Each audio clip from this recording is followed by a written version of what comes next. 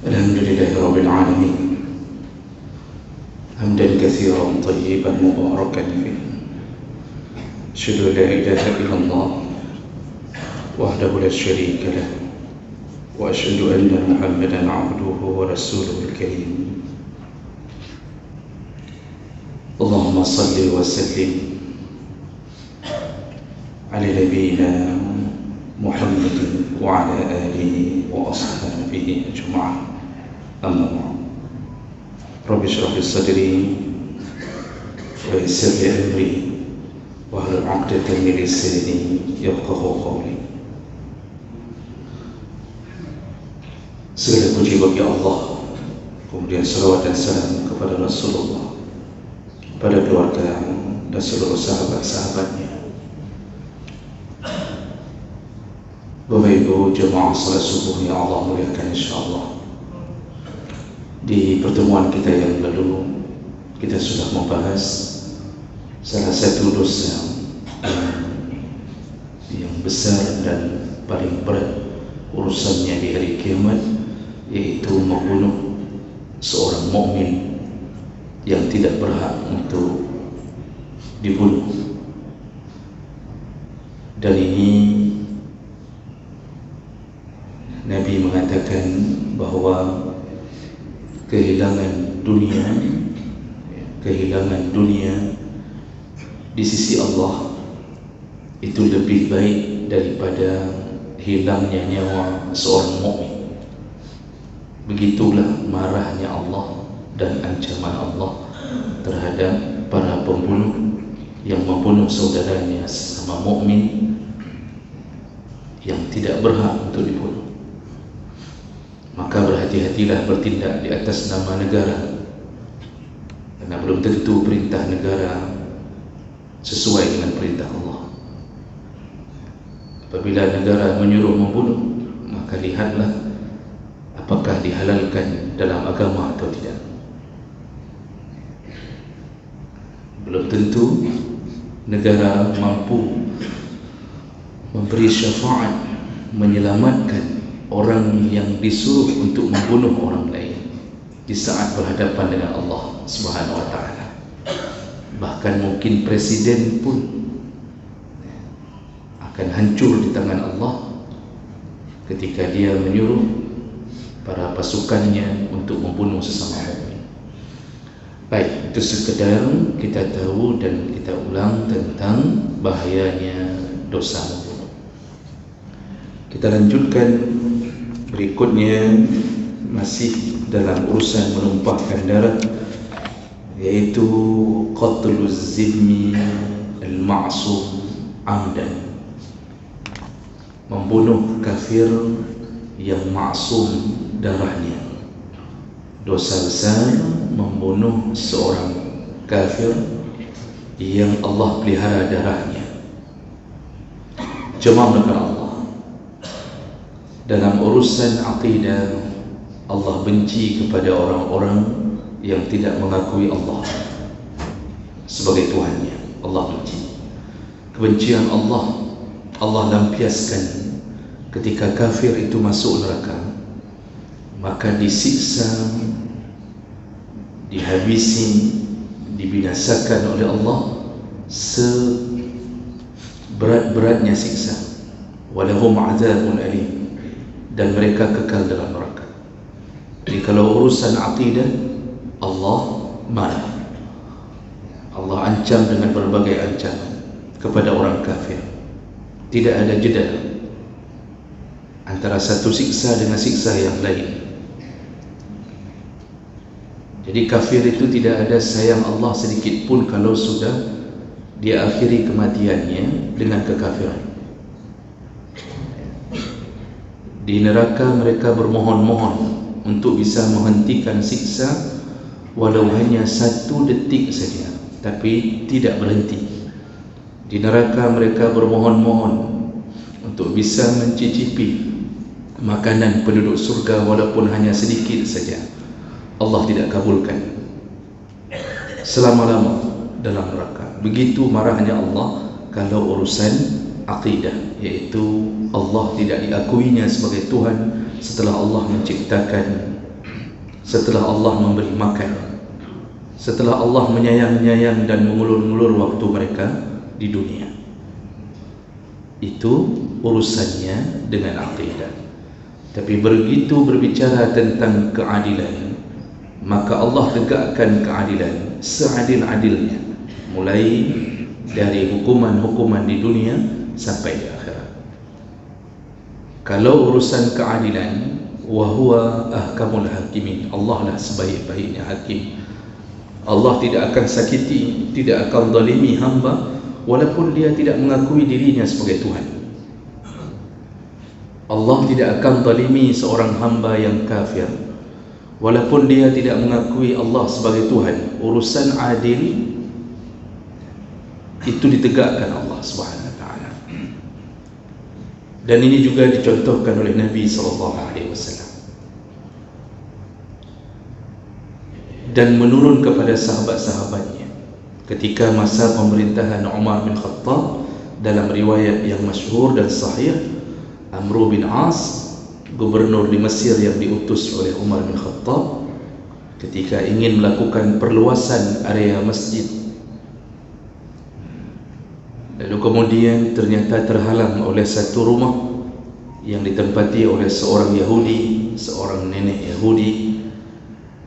Dan setelah Amr bin As meminta izin berulang-ulang agar direlokasi, dipindahkan ke tempat yang lebih baik, ternyata nenek Yahudi ini menolak, tidak mau dipindahkan. Akhirnya Amr bin As menggusur, meruntuhkan gubuk nenek Yahudi ini dengan paksa, karena menganggap ini lebih utama menjaga keutamaan masjid, yaitu perluasan masjid, dan dia siap mengganti ke tempat yang lain. Ternyata nenek ini tidak terima.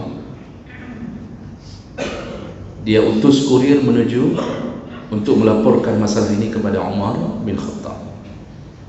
Langsung Umar bin Khattab sebagai presiden di Madinah membalas jawaban dari permintaan dari nenek ini. Bahkan ada satu riwayat dikatakan bahwa Umar mengambil tulang lalu menggaris di tengah tulang dengan pedang, dengan garis yang lurus, lalu diberikan tulang itu kembali kepada gubernurnya, yaitu Amr bin As. Yang ketika Amr bin As menerima kode tersebut dan isyarat itu, beliau langsung faham bahwa berlaku adillah.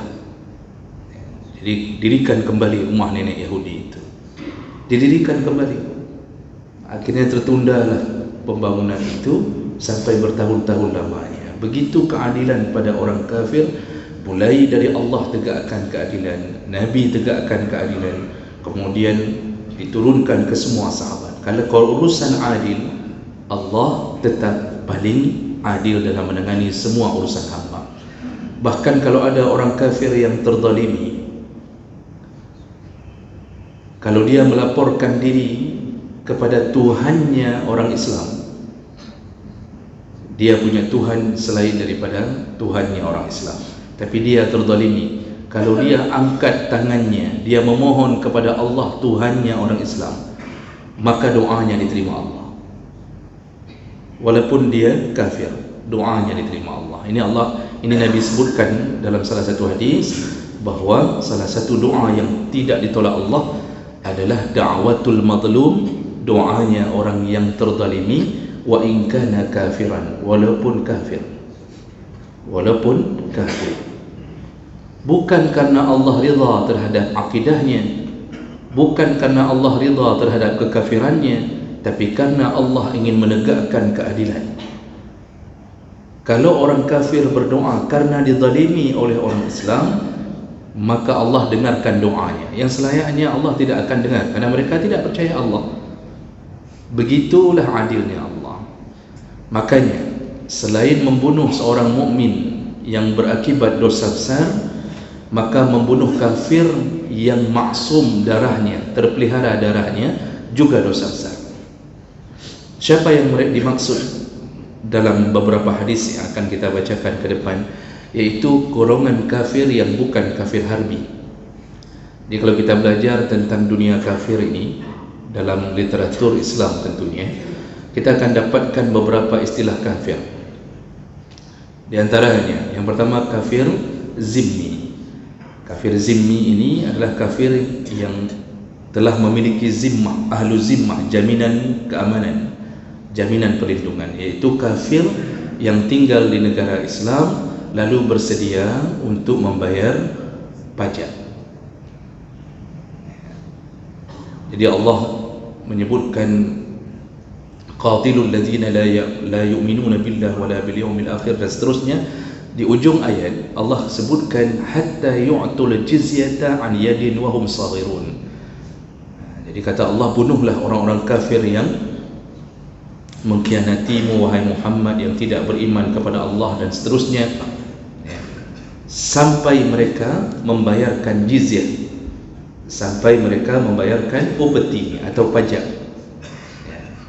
dan mereka merasa direndahkan, merasa rendah dengan membayar pajak itu. Artinya mereka dengan membayar pajak otomatis mereka telah terhina di dunia. Maka orang ini disebut dengan kafir zimmi, yaitu kafir yang tinggal di negara Islam lalu bersedia membayar pajak kepada negara Islam dan mereka taat terhadap hukum-hukum di negara Islam tersebut. Itu kafir maksum ad-dam, kafir yang tidak boleh dibunuh.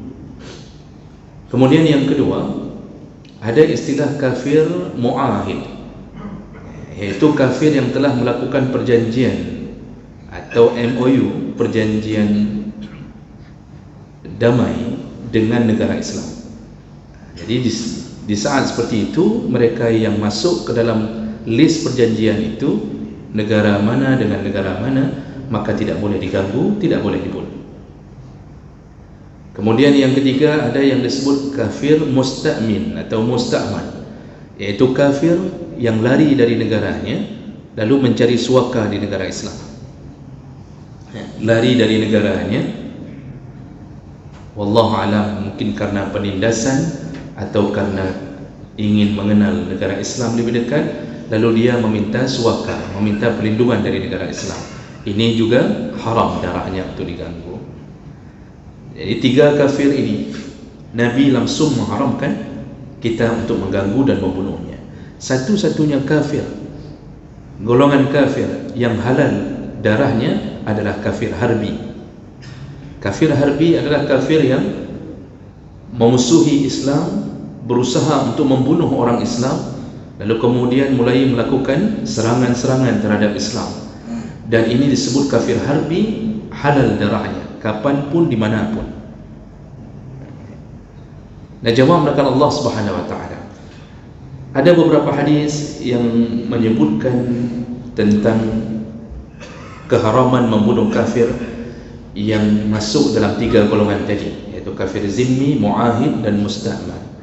Yaitu di antaranya dari Abdullah bin Amir radhiyallahu anhu, anna Rasulullah sallallahu alaihi wasallam qala, man qatala qatilan min ahli zimmah, barang siapa yang membunuh seorang kafir zimmi, barang siapa yang membunuh seorang kafir zimmi, lam yajid rihatal jannah wa in kana rihuha la yujad min masirati 40 aman, maka diharamkanlah bau surga untuknya.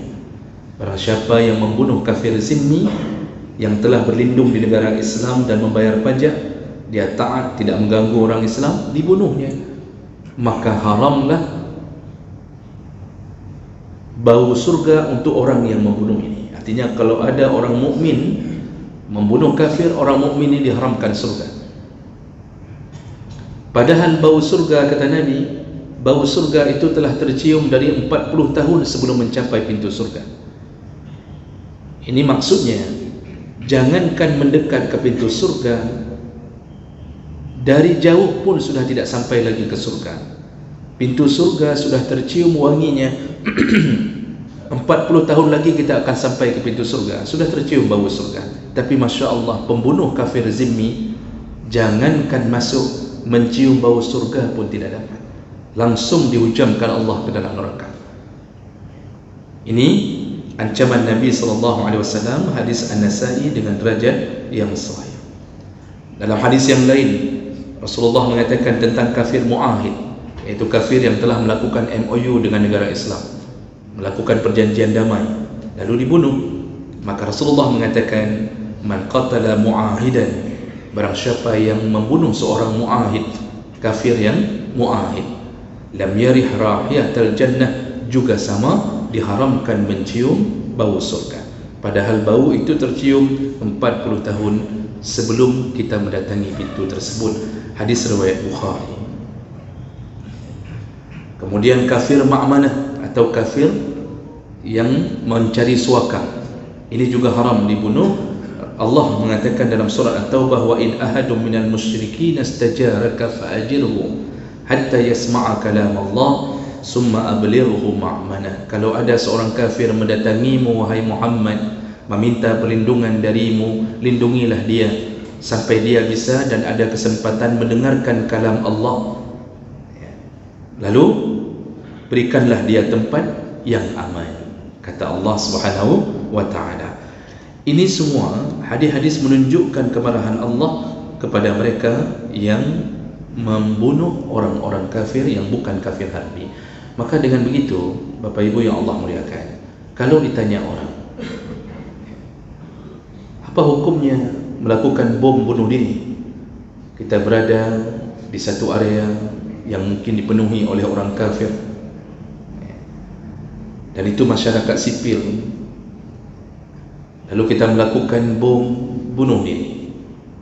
Yang mati masyarakat sipil di satu hotel, di satu restoran. Seluruh ulama hari ini menjawab hukumnya haram. Itu tidak disebut dengan istishhad, itu bukan jalan menuju syahid, tapi itu intihar, itu disebut dengan bunuh diri.